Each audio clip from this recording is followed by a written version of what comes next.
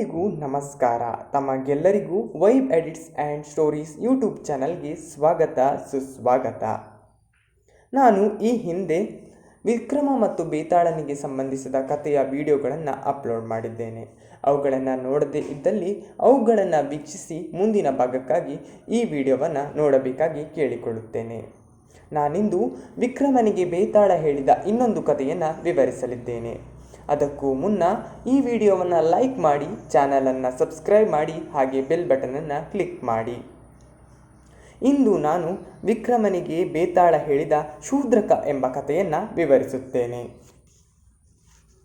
ತ್ರಿವಿಕ್ರಮ ಮುತ್ತುಗದ ಮರಕ್ಕೆ ನೇತು ಹಾಕಿಕೊಂಡಿದ್ದ ಶವವನ್ನು ತಂದುಕೊಡುತ್ತೇನೆಂದು ಶಾಂತಿಶೀಲಮ್ಮನಿಗೆ ಮಾತು ಕೊಟ್ಟಿದ್ದನು. ಆದರೆ ಬೇತಾಳನಿಗೆ ಮಾತು ಕೊಟ್ಟಿದ್ದರಂತೆ ನಡೆದುಕೊಳ್ಳದೆ ಹೋದುದರಿಂದ ಹಾರಿ ಹೋದ ಬೇತಾಳ ಮರಕ್ಕೆ ನೇತು ಹಾಕಿಕೊಂಡಿತು. ವಿಕ್ರಮನು ಮತ್ತೆ ಮರದ ಬಳಿಗೆ ಹೋಗಿ ಬೇತಾಳನನ್ನು ಹೆಗಲ ಮೇಲೆ ಹಾಕಿಕೊಂಡು ನಡೆದನು. ಬೇತಾಳನು ಮತ್ತೊಂದು ಕಥೆಯನ್ನು ಹೇಳತೊಡಗಿತು. ರಾಜನು ಮೌನದಿಂದ ಕೇಳತೊಡಗಿದನು.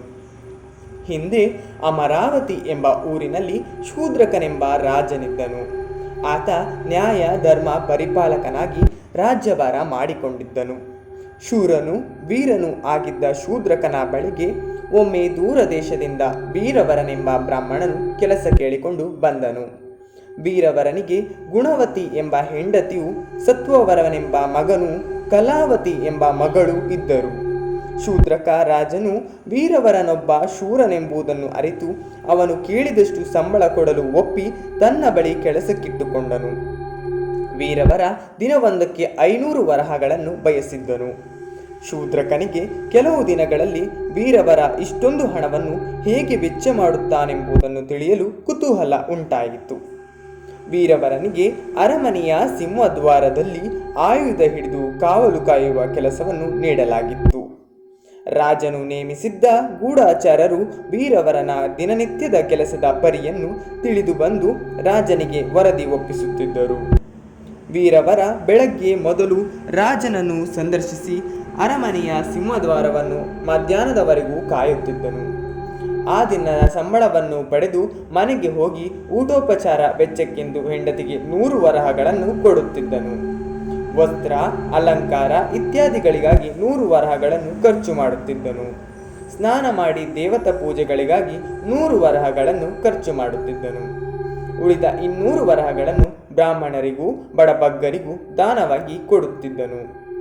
ಬಳಿಕ ನಿತ್ಯ ಕರ್ಮಗಳನ್ನು ಮುಗಿಸಿ ಊಟ ಮಾಡಿ ಅರಮನೆಯ ಸಿಂಹದ್ವಾರದ ಬಳಿಗೆ ಬಂದು ರಾತ್ರಿಯೆಲ್ಲ ಒಬ್ಬನೇ ಕತ್ತಿ ಹಿಡಿದು ಕಾವಲು ಕಾಯುತ್ತಿದ್ದನು.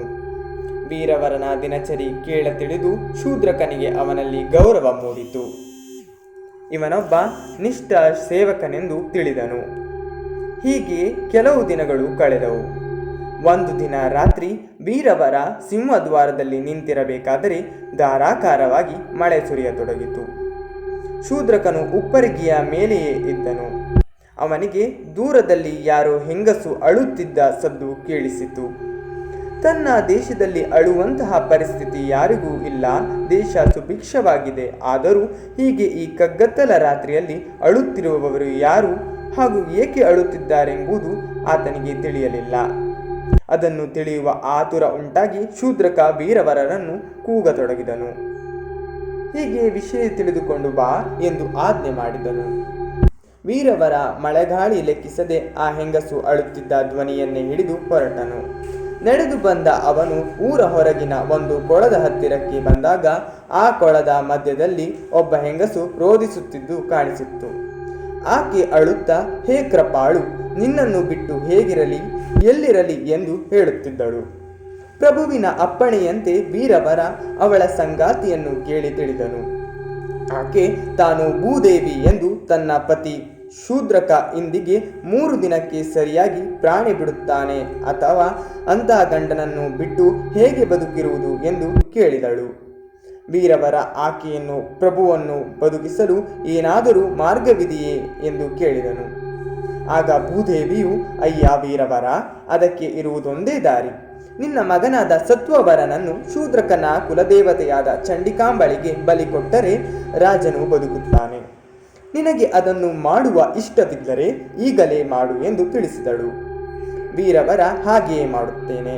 ಈ ಮಗನ ಪ್ರಾಣದಿಂದ ರಾಜನು ಉಳಿಯುವುದಾದರೆ ನಾನು ಕೃತಜ್ಞನಾದೆ ಎಂದು ಆಕೆಗೆ ಹೇಳಿ ತನ್ನ ಮನೆಗೆ ಧಾವಿಸಿ ಬಂದು ಹೆಂಡತಿ ಮತ್ತು ಮಗನಿಗೆ ನಡೆದ ಸಂಗತಿಯನ್ನೆಲ್ಲ ತಿಳಿಸಿದನು.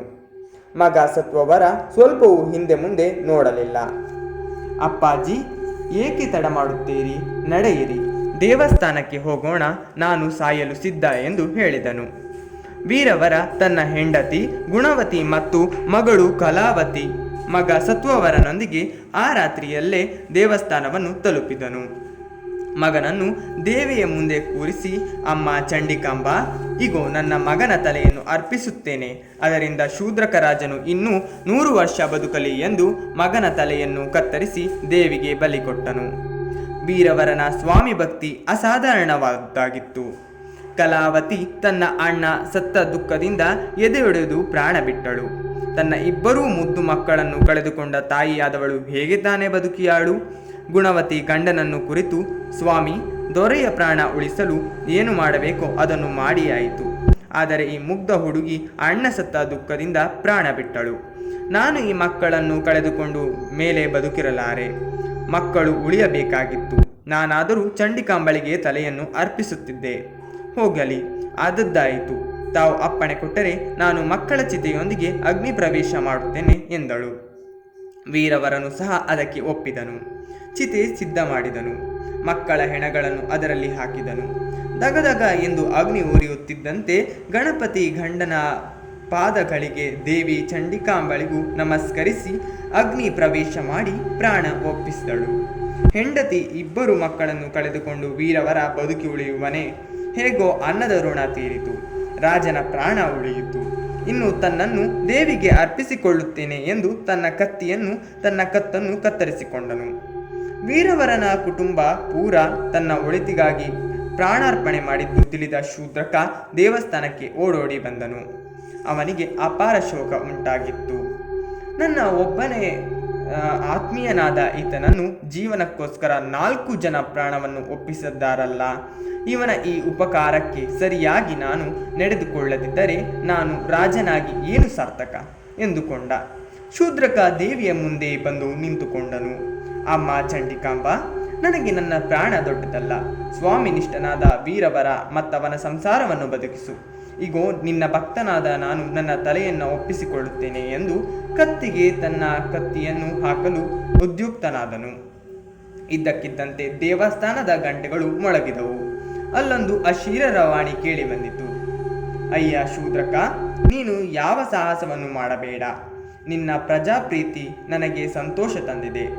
ಇಗೋ ವೀರವರ ಮತ್ತು ಅವನ ಹೆಂಡತಿ ಮಕ್ಕಳು ಬದುಕಿ ಬರುತ್ತಾರೆ ಎಂಬ ಅಶರೀರವಾಣಿಯಂತೆ ಸತ್ತವರೆಲ್ಲರೂ ಎದ್ದು ಬಂದರು. ಇದೆಲ್ಲ ದೇವಿಯ ಅನುಗ್ರಹ ಎಂದು ಎಲ್ಲರೂ ಭಾವಿಸಿದರು. ವೀರವರ ಹೆಂಡತಿ ಮಕ್ಕಳನ್ನು ಕಂಡು ಆನಂದಿಸಿದನು. ಮಹಾರಾಜನಿಗೆ ನಮಸ್ಕರಿಸಿ ಹೆಂಡತಿ ಮಕ್ಕಳು ಮನೆಗೆ ಕರೆದುಕೊಂಡು ಹೋದನು. ಅರಮನೆಯ ಸಿಂಹದ್ವಾರದಲ್ಲಿ ತನ್ನ ಎಂದಿನ ಕೆಲಸದಲ್ಲಿ ಮತ್ತೆ ನಿರತನಾದನು. ಇವೆಲ್ಲ ಮಿಂಚಿನ ವೇಗದಲ್ಲಿಯೇ ನಡೆದು ಹೋಗಿತ್ತು. ಮರುದಿನ ಶೂದ್ರಕ ರಾಜ ನಡೆದುದನ್ನೆಲ್ಲ ತನ್ನ ಮಂತ್ರಿಗಳಿಗೆ ವರ್ಣಿಸಿ ಹೇಳಿದನು. ವೀರವರನ ಸ್ವಾಮಿ ಭಕ್ತಿಗೆ ಮೆಚ್ಚಿ ಅವನಿಗೆ ಲಾಟಾ ದೇಶದ ರಾಜ್ಯಾಧಿಕಾರವನ್ನು ಕೊಡಿಸಿದನು. ಕತೆ ಹೇಳಿದ ಬೇತಾಳ, ಕೇಳಿದೆಯಾ ವಿಕ್ರಮ ರಾಜ? ಕತೆಯನ್ನು ಈಗ ಹೇಳು. ಶೂದ್ರಕ ಹಾಗೂ ವೀರವರ ಇಬ್ಬರಲ್ಲಿ ಯಾರು ಹೆಚ್ಚಿನ ವೀರರು ಎಂದು ಹೇಳಿದ್ದರೆ ನಿನ್ನ ತಲೆಯು ಒಡೆದು 100 ಹೋಳಾಗುತ್ತದೆ ಎಂದನು. ಆಗ ತ್ರಿವಿಕ್ರಮನು ಶೂದ್ರಕ ಮತ್ತು ವೀರವರ ಇಬ್ಬರಲ್ಲಿ ಶೂದ್ರಕನೇ ಹೆಚ್ಚಿನ ವೀರ, ಏಕೆಂದರೆ ಪ್ರಾಣ ಕೊಟ್ಟು ರಾಜನನ್ನು ರಕ್ಷಿಸಿದ ಸೇವಕನಿಗಾಗಿ ತನ್ನ ದೇಹವನ್ನೇ ಅರ್ಪಿಸಲು ಮುಂದಾದವನು ಶೂದ್ರಕನೇ ಮಹಾವೀರನಾದವನು. ವೀರವರನಾದರೂ ತನ್ನ ಹೆಂಡತಿ ಮಕ್ಕಳು ಎಲ್ಲರಿಂದಲೂ ತನ್ನ ಪ್ರಭುವನ್ನು ರಕ್ಷಿಸುತ್ತೇನೆಂದು ನಿರ್ಧಾರ ತೆಗೆದುಕೊಂಡಿದ್ದನು.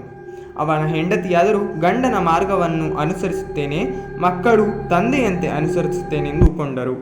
ಈ ಎಲ್ಲ ದೃಷ್ಟಿಯಿಂದ ನೋಡಿದಾಗಲೂ ಸೇವಕನಿಗಾಗಿ ಪ್ರಾಣಾರ್ಪಣೆಗೆ ಮುಂದಾದ ಶೂದ್ರಕನೇ ವೀರ ಎಂದು ಉತ್ತರ ಕೊಟ್ಟನು. ಮೌನ ಬಿಟ್ಟು ಮಾತನಾಡಿದ್ದರಿಂದ ಬೇತಾಳ ಗಹಿಗೈಸಿ ನಗುತ್ತಾ ರಾಜನ ಹೆಗಲಿನಿಂದ ಮಾಯವಾಗಿ ಮತ್ತೆ ಮೊದಲು ನೇತು ಹಾಕಿಕೊಂಡಿದ್ದ ಮರಕ್ಕೆ ಜೋತು ಬಿದ್ದಿತು. ಮುಂದಿನ ವಿಡಿಯೋಕ್ಕಾಗಿ ನಿರೀಕ್ಷಿಸಿ.